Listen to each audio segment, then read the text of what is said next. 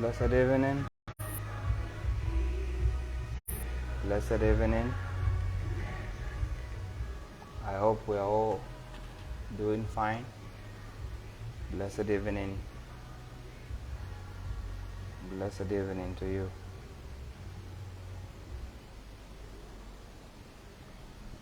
Okay, so as scheduled today, we launch the review program or the review project, a project which is aimed at ensuring that the society and the community are well informed about the laws that are regulating them, and indeed the set rules and standards that the society has chosen to adopt through the government. Now, today I want to address a very imperative and at the same time controversial topic, and that is the topic of feminism.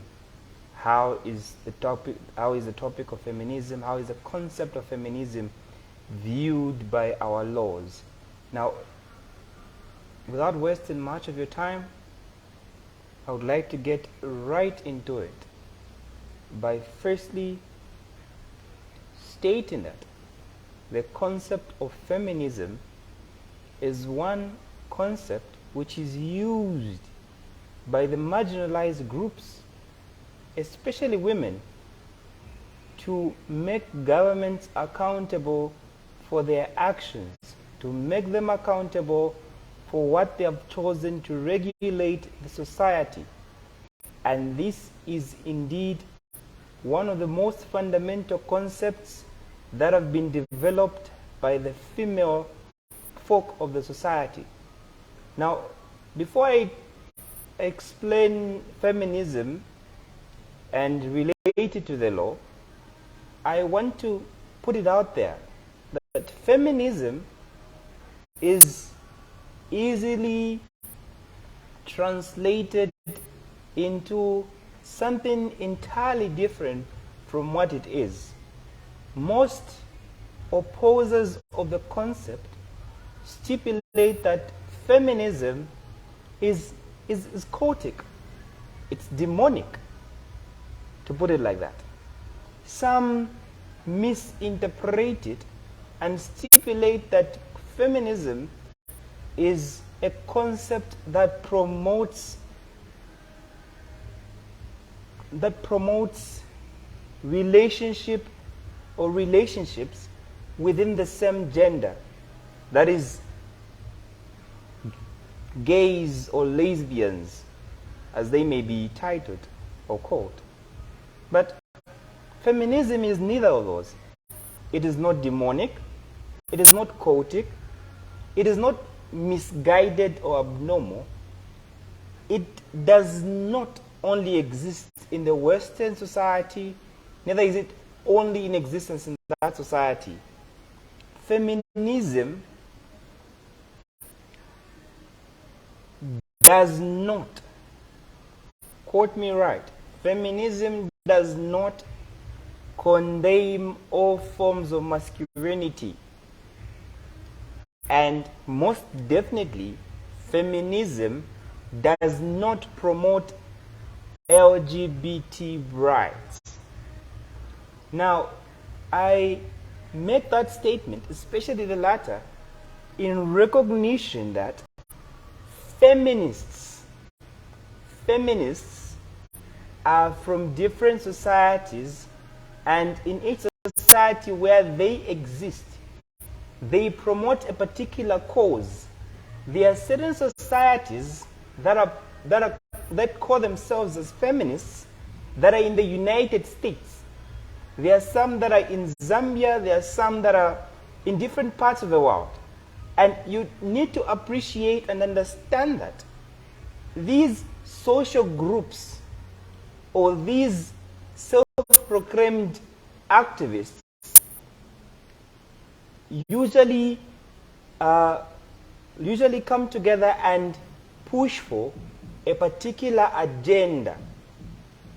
The way feminists in the United States of America will promote a particular aspect they feel is being neglected by the society is not going to be the same way the feminists in this country are going to act. It's going to be very, very different. Because you need to understand and appreciate that the law is a product of the society. And feminists who are in Zambia will promote narratives and laws that are in conformity with the laws in Zambia. You will not find feminists in Zambia promoting or advocating for LGBTQ rights, because those rights are not recognized. Not that we don't know that they exist, but we know that they exist, but they're not recognized by this society. Thus, feminists who are in Zambia will not promote LGBT rights. This is very different when you look at feminists from other states, especially states that have recognized and that are enforcing LGBTQ rights. It's going to be very different. That is why for this particular live stream, I want to make sure that the concept of feminism is seen from the lens of the Zambian laws. Now, what is feminism, to be exact? Well, feminism, in simpler terms, is merely a belief in the social, political, and economic equality of the sexes simply because of their existence. The term feminism can be used to describe a political, cultural, or economic movement aimed at establishing equal rights and legal protection. Now, you will agree with me if you've ever held a law in your hands, or if you've ever come across a legal instrument promoting human rights, that at the core of every instrument, equality, or the principle of equality, is one that is so fundamental to the existence of that instrument. And in addition to that, the principle of non-discrimination is equally promoted. These two concepts, or these two principles that have been so identified in various pieces of legislations, are promoted by the concept of feminism equally. That is the concept of feminism. It is not one which fights for illegality. It is not one that fights for issues that are outside the law. It is not one that fights the male folk. It is not the one. Rather, it only brings about a particular emphasis on the recognition of the equal stance of both male and female. That is feminism. Get it from there. It is feminism. It promotes their equal recognition of men and women in a society, which is the core principle which regulates pieces of legislation and other human rights instruments. Now, from the Second World War up until now, the world has evolved, and we have seen that it is important to not only recognize the existence of human rights, but equally to also recognize that even though there are different sexes in the society, they are all equal at law, or they are at par. Very, very important. Very important. Now, when you start going through the historical background of how feminism came about, you'd find that most of the scholars who are promoting feminism are from Western countries. They are from there. They are from there. When you go as deep as mythology and all of these issues, you'd find that different scholars have written about different ways in which feminism came about. There are some that have gone so far deep that they think, or they are of the view that feminism is in fact a concept that was brought in by Lilith, the presumed first female that was created by God. And because of her fighting Adam for equal opportunity, God decided to send her down to hell to become the devil's wife. You know, there are those concepts, and those are just theories. They are merely theories. What we're saying when we're looking at feminism is basically that we need to be treated equally. We need to be treated equally. That's feminism. It has nothing to do with demons. It has nothing to do with courts. It has nothing to do with prohibited communities. It has nothing to do with that. Feminism is fighting for equality. And the society, because they don't look at the bigger picture of this particular concept, they easily interpret it wrongly. They don't have the right information, and all they can rely on is maybe a video that was sent to them by a particular person who was against feminism. They don't bother to look at the other side, and from there they will create a perspective which promotes, or rather, which fights the concept of feminism. There are a number of feminists in Zambia, and all of them are fighting for one thing: equality before the law. Equality in terms of opportunities, equality in terms of education, and so many other things. Recently, just off the book, in Afghanistan, there's a ban for females. They cannot attend university. Now, that is so sad. Apart from that, there's another ban. Male doctors are now prohibited from attending to female folk. All of that is showing you exactly how the inequality of the sexes is treated, not only in Zambia, but even in such countries as Afghanistan. This is the same thing. It's the same thing. Here in Zambia, you find people saying we cannot embrace this particular concept because it is foreign. It is from the Western world. We can't embrace it. We have our own cultural principles, norms. Yes, we appreciate there is customary law. There's African customary law. But then that customary law does not in any way, say that a man should be superior. The belief is that a man is superior to a woman. That's a belief. But that being culture, in essence, it is supposed to be so dynamic. If we can move away from the issues, small issues, such as women wearing trousers, which was banned in 1964 and the years before that. Women were not allowed to wear trousers. They were only wearing wrappers and skirts and dresses. If we can move away from that, why can't we move away from the concept of inferiority and superiority? We are equal at law. We are very equal at law.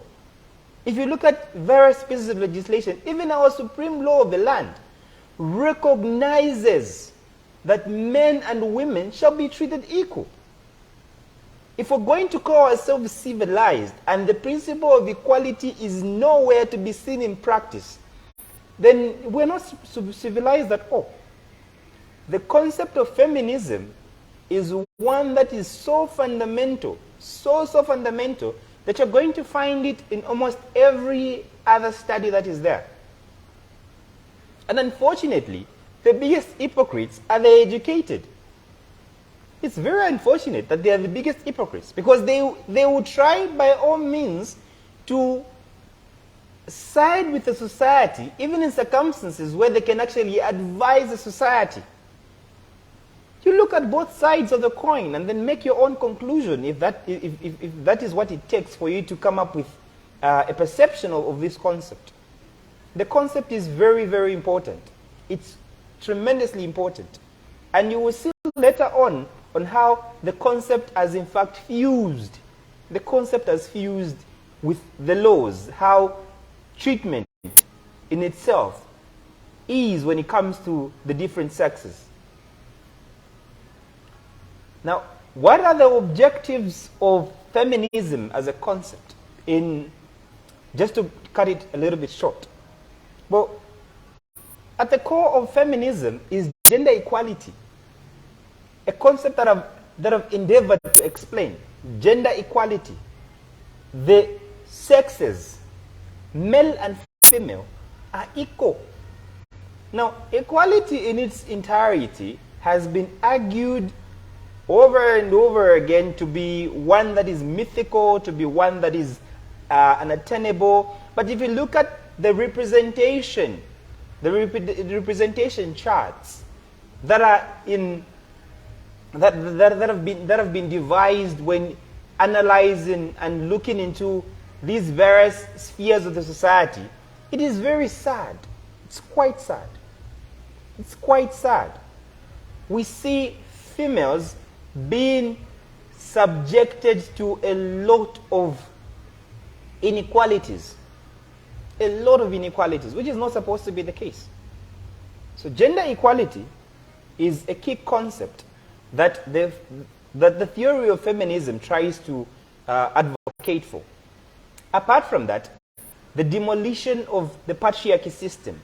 The patriarchy system, for those who do not know what it is merely a system that is so founded on promoting the well-being of the male folk and not of the female folk.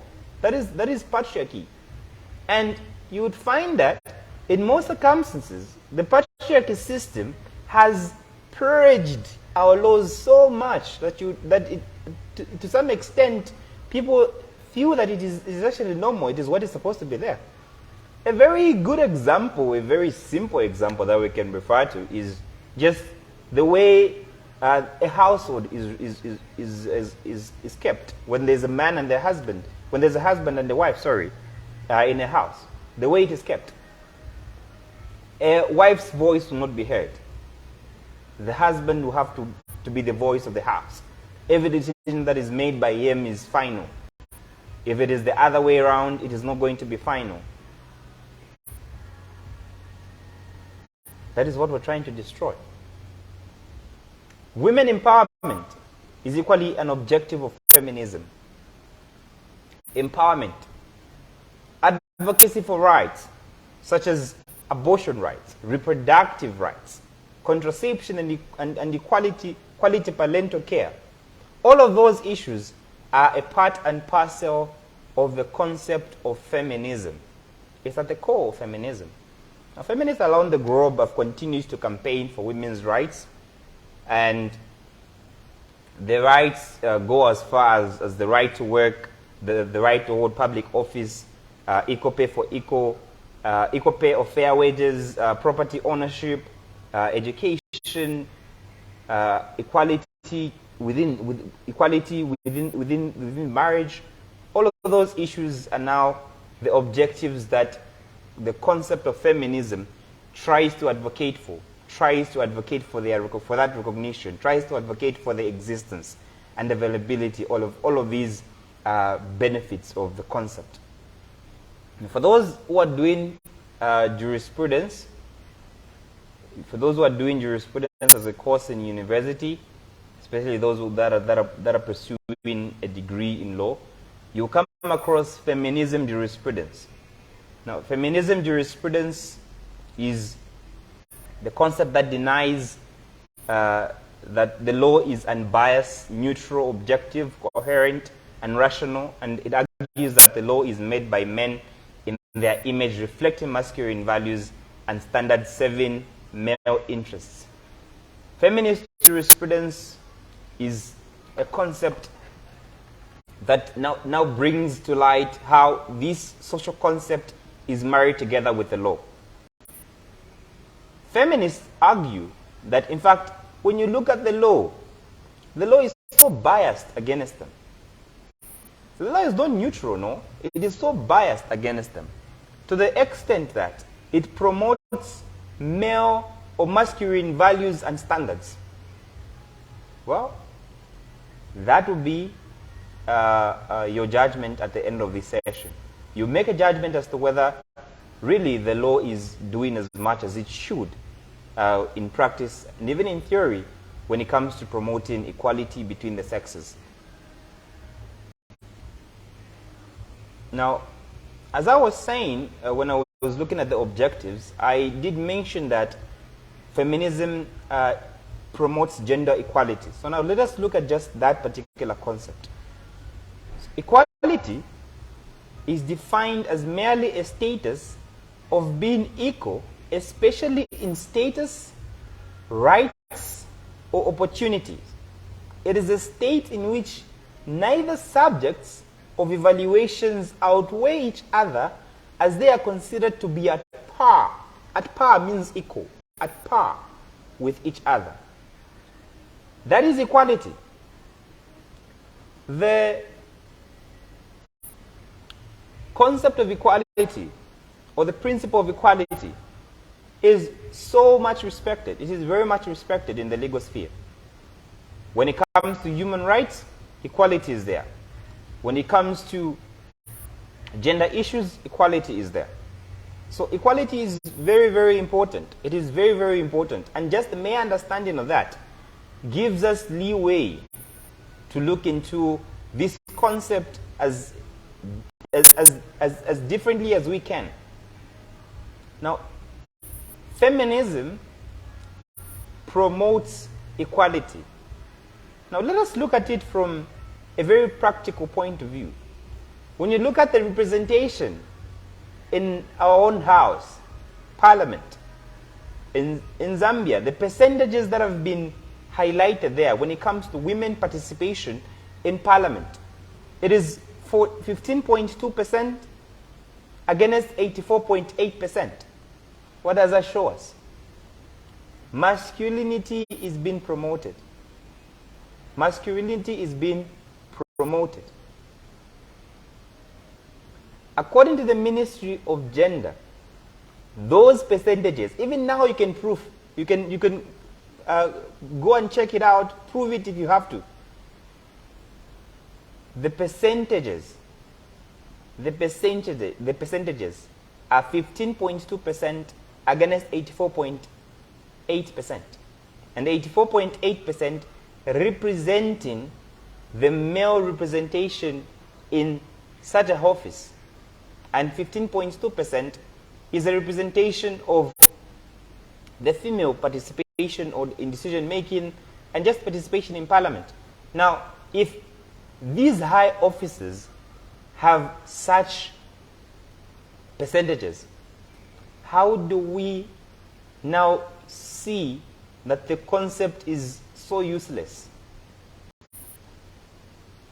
How can one sit and in fact state that the concept of feminism is useless, or the concept is not it's irrelevant, it's redundant? The percentages prove, the statistics are proving contrary to that. Now let us go to our laws. Let us go to our laws. The Constitution, the supreme law of the land. Article 1.1, the supreme law of the land. The law that regulates everything in Zambia, the creation of the law, the operation of customary law, the Constitution. Act number 2 of 2016. In its preamble, the Constitution states that it recognizes the equal worth of men and women. The equal worth of men and women. That's the preamble of the Constitution. Go to the Constitution, you find this. It's right there. The equal worth of men and women. And to top on that particular recognition, we have Article 23. Article 23, the non-discrimination clause of the Constitution. It prohibits all forms of discrimination, including sex. Now, this is where a lot of people state that, in fact, feminism is not needed because equality is there. Our law says that. Go back to the law and read it again. Go back to it. That can seem to be a very good thing because the law is prohibiting such discriminations. No discrimination, everybody is equal. Fine. When you scroll down and go to sub-article 4, C and D specifically, or clause 4, C and D specifically, you're going to find that in these provisions, the law allows discrimination in the practice of customary law and personal law, especially marriage, divorce, devolution of property, and custody of children. To quote it specifically, the provisions negate any action that is originating from custom as being treated as discrimination. The case of Muya versus Muya, very known case for family law, for those who have done family law, you find that the judgment there is in relation to the rights of the man and the wife in a marriage. When it comes to property dissolution or devolution, the sharing of the properties, how are they treated at law? Muya and Muya, you find that the judges in fact comment and stipulate that what is going to guide that interaction is customary law. And if customary law says the woman won't get anything, then so be it. So be it. That's the law. It promotes discrimination in that order, because if I get to, for example, I am going to marry under a particular custom with the full recognition that if anything happens, I still retain my property because it is not a violation of the Constitution. But then that is discriminatory in nature. In practice, it is very discriminatory. Because now what is going to happen is that the rights are going to be taken away from the wife, and the husband will get to keep the property. Instead of them equally sharing the property, the wife will now be negated, put aside, and the law will favor the husband. Now, quite interesting. In Chibwe and Chibwe, that is Chibwe versus Chibwe, the decision that was made by the Supreme Court in the year 2000, a woman was awarded equal property, an equal share of the marital property. Now, the justification there is still that what allowed it is because of the custom. So if it would have been under a different kind of a custom, then the woman wouldn't have gotten anything. That is still masculinity being promoted, the sidelining of the other sex. We understand and appreciate that Zambia is as a dual legal system. We have taken customary law and civil law altogether. But when it comes to human rights and equality, a concept we've so attached our legal systems to, it doesn't make sense. It doesn't make sense. It's an exception to discrimination, justifying the existence of custom, culture. Well, we'll comment on culture later on. There's a particular slide where customs and cultures are viewed in line with this particular thing, this particular concept. Now, the Bill of Rights, in addition to everything else, also has other liberties. These other liberties promote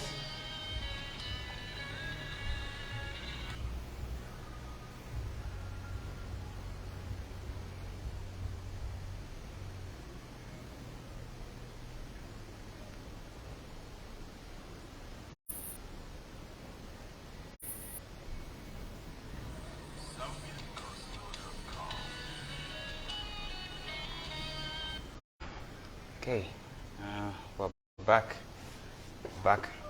Okay, the Constitution.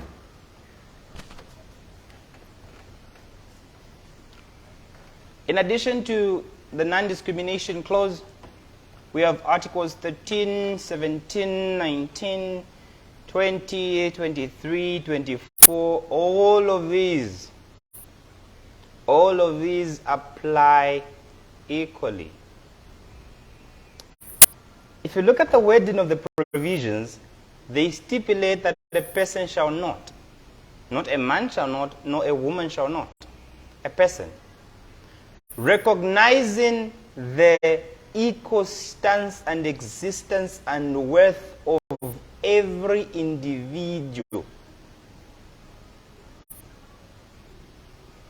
That is it. Equality, right there and then. But again, we go back to Article 23 and that clause. That is a very dangerous clause. A very dangerous clause. If you look at it and analyze it properly, you'd find that Article 1 of the Constitution, which pronounces its supremacy, is stomped on. It is stamped on. It is negated. Because of that window of opportunity given to customary laws and norms, the concept of feminism is stomped on. It is stomped on.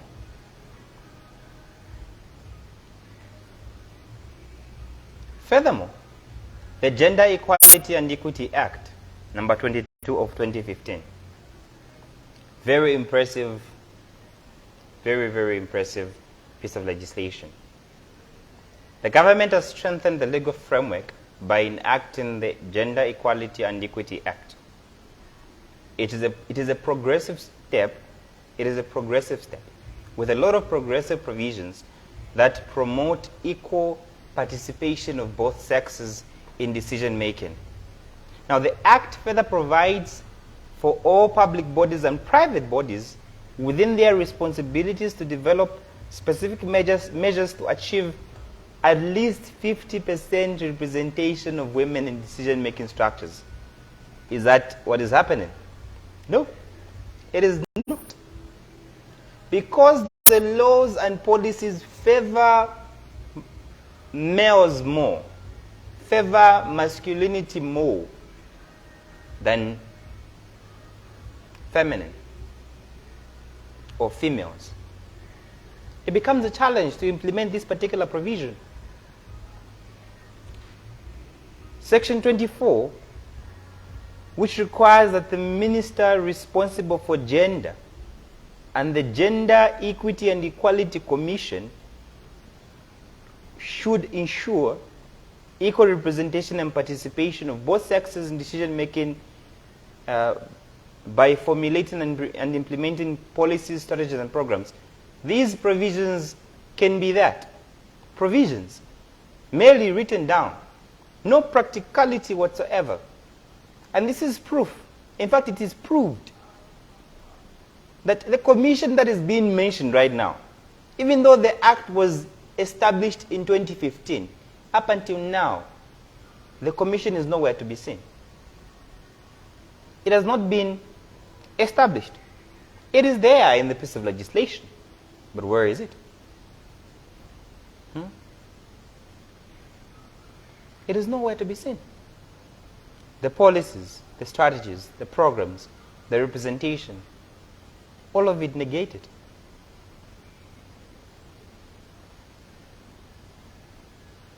Inasmuch as these provisions are promoting equal existence, equal participation, equal involvement, without implementation, they are merely bad provisions. The Anti-Gender-Based Violence Act. Now, I've been explaining about how the concept brings about equality. And if you've been following, the explanations have all been benefits, benefits, benefits. But this act is now drawing a line, drawing a significant line. traditionally, when it comes to pursuance of suits, or when it comes to suing, as it may be called, when it comes to suing, you cannot sue your husband, you cannot sue your wife, because you're considered to be one under civil law. When you're married, you're one.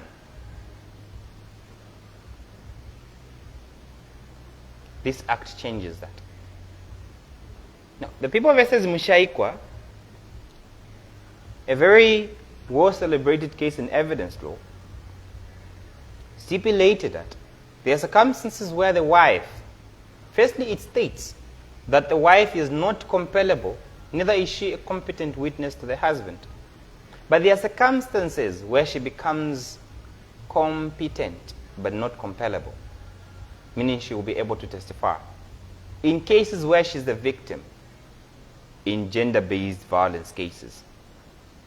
So, for the Anti-Gender-Based Violence Act, number 1 of 2011, it now brings forth the legal tool that can be used to justify the position stated by the courts in the case of Mushaikwa versus the people.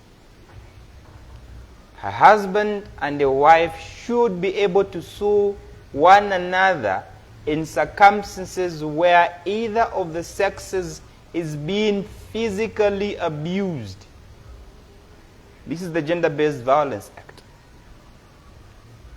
Coupled with the Anti-Gender-Based Violence Court Rules of 2016, the statutory instrument number 8 of 2016, the one that establishes a fast-track court, which is for the resolution, which is made specifically for the resolution of disputes within a short period of time, 2 weeks, for cases that are involving GBV. We are seeing how the concept is influencing the law. The law is so influenced by the concept of feminism, and yet we blindly stipulate that it is nowhere in, it doesn't exist. It doesn't exist. But we're seeing it. We've seen masculinity. We've seen how much the patriarchy system has purged our laws in promoting one side or one sex. And we've even seen the Constitution justifying the unequal existence of rights in the marriage between a husband and a wife when it comes to property sharing, custody of children. We've seen all of that. Now, some example cases and provisions that are in relation to the concept and that have seen, at least practically, how the concept has influenced judgments and how it has been viewed are the following. The first is Sala Longwe versus Intercontinental Hotels. In this case, a woman took on the hotel chain after it had refused our entry to its bar to wait for our children who had been swimming at the hotel, because the hotel had a policy of not permitting women unaccompanied by men to enter its premises.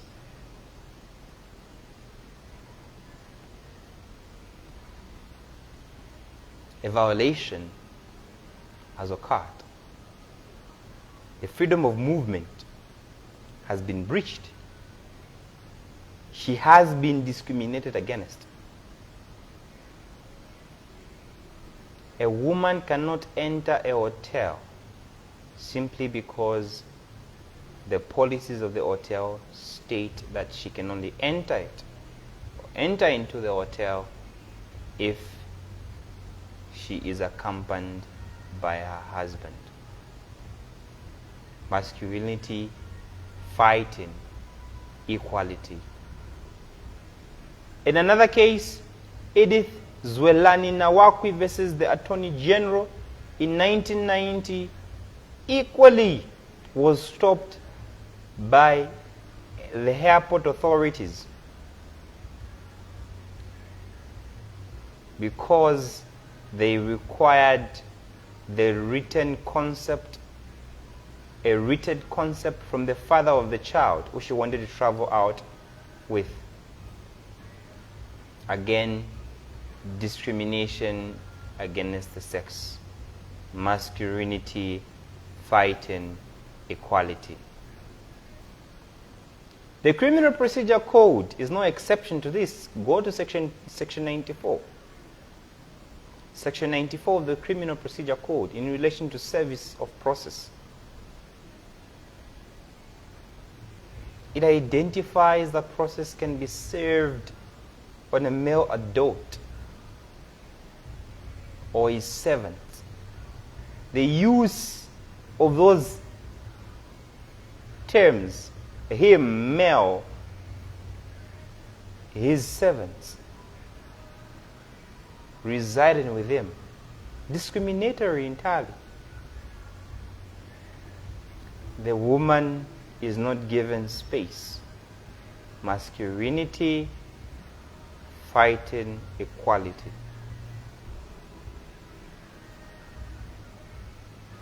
Another very interesting case which saw its light in the year 2020 in the Constitutional Court of Zambia is Chapter 1 Foundation and 3 others versus the Attorney General, where they challenged and sued the government on the lack of diversity.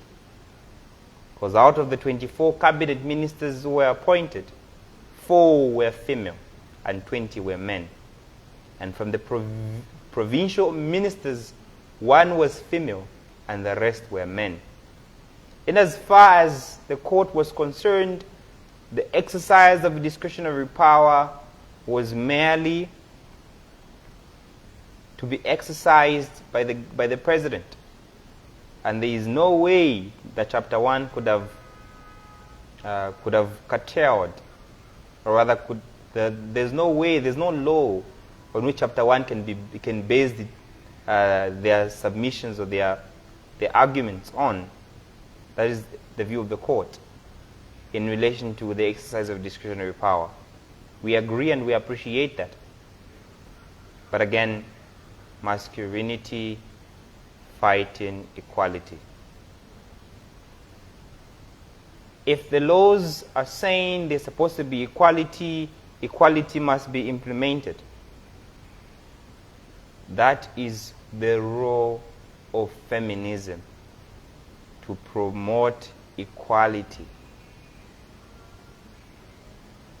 The case has since been launched to the African Commission on Human and People's Rights, and it is yet to be settled. But it is one of the fundamental cases, clear examples to show the audience, to show the world, to show the nation that indeed masculinity is fighting equality. Let me rephrase that. Toxic masculinity and the patriarchy system are fighting equality.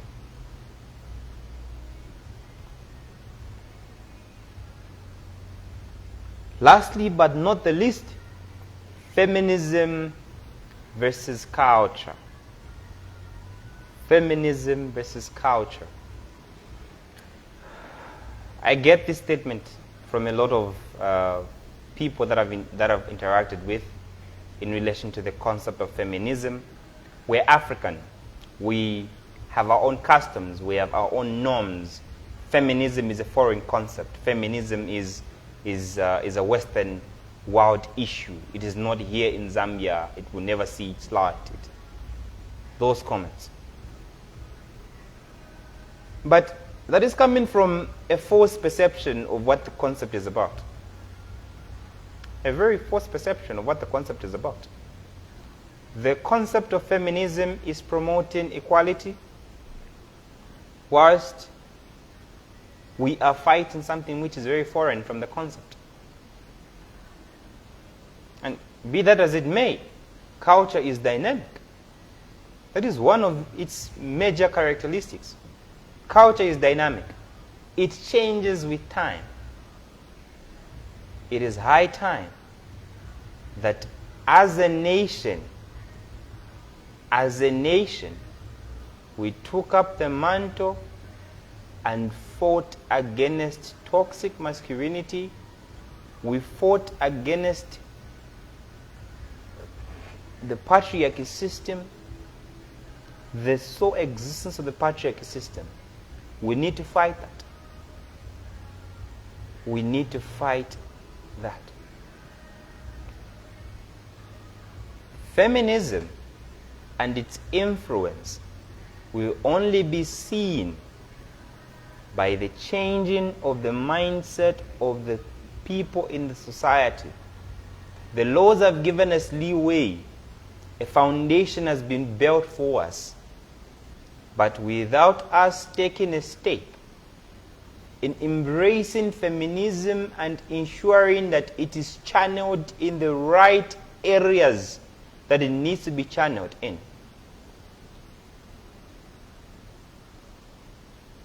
we will achieve equality. It is very possible. It is very, very possible. We need to change our mindsets. We need to have more interactions about feminism. We need to talk about equality more. That's where it starts from. As we are launching the review program, we have so many discussions to hold. Some 30 minutes, 1 hour, and so many others. Basing them on concepts that build the society, groom it into becoming the best that it can be, by advocating for and fighting for equality. It starts from there, it starts with me, and it starts with you. This has been the review program. Signing off, and see you for episode 2. We'll post the topic, we'll post the area of concentration very, very soon. Episode 1 has looked at feminism.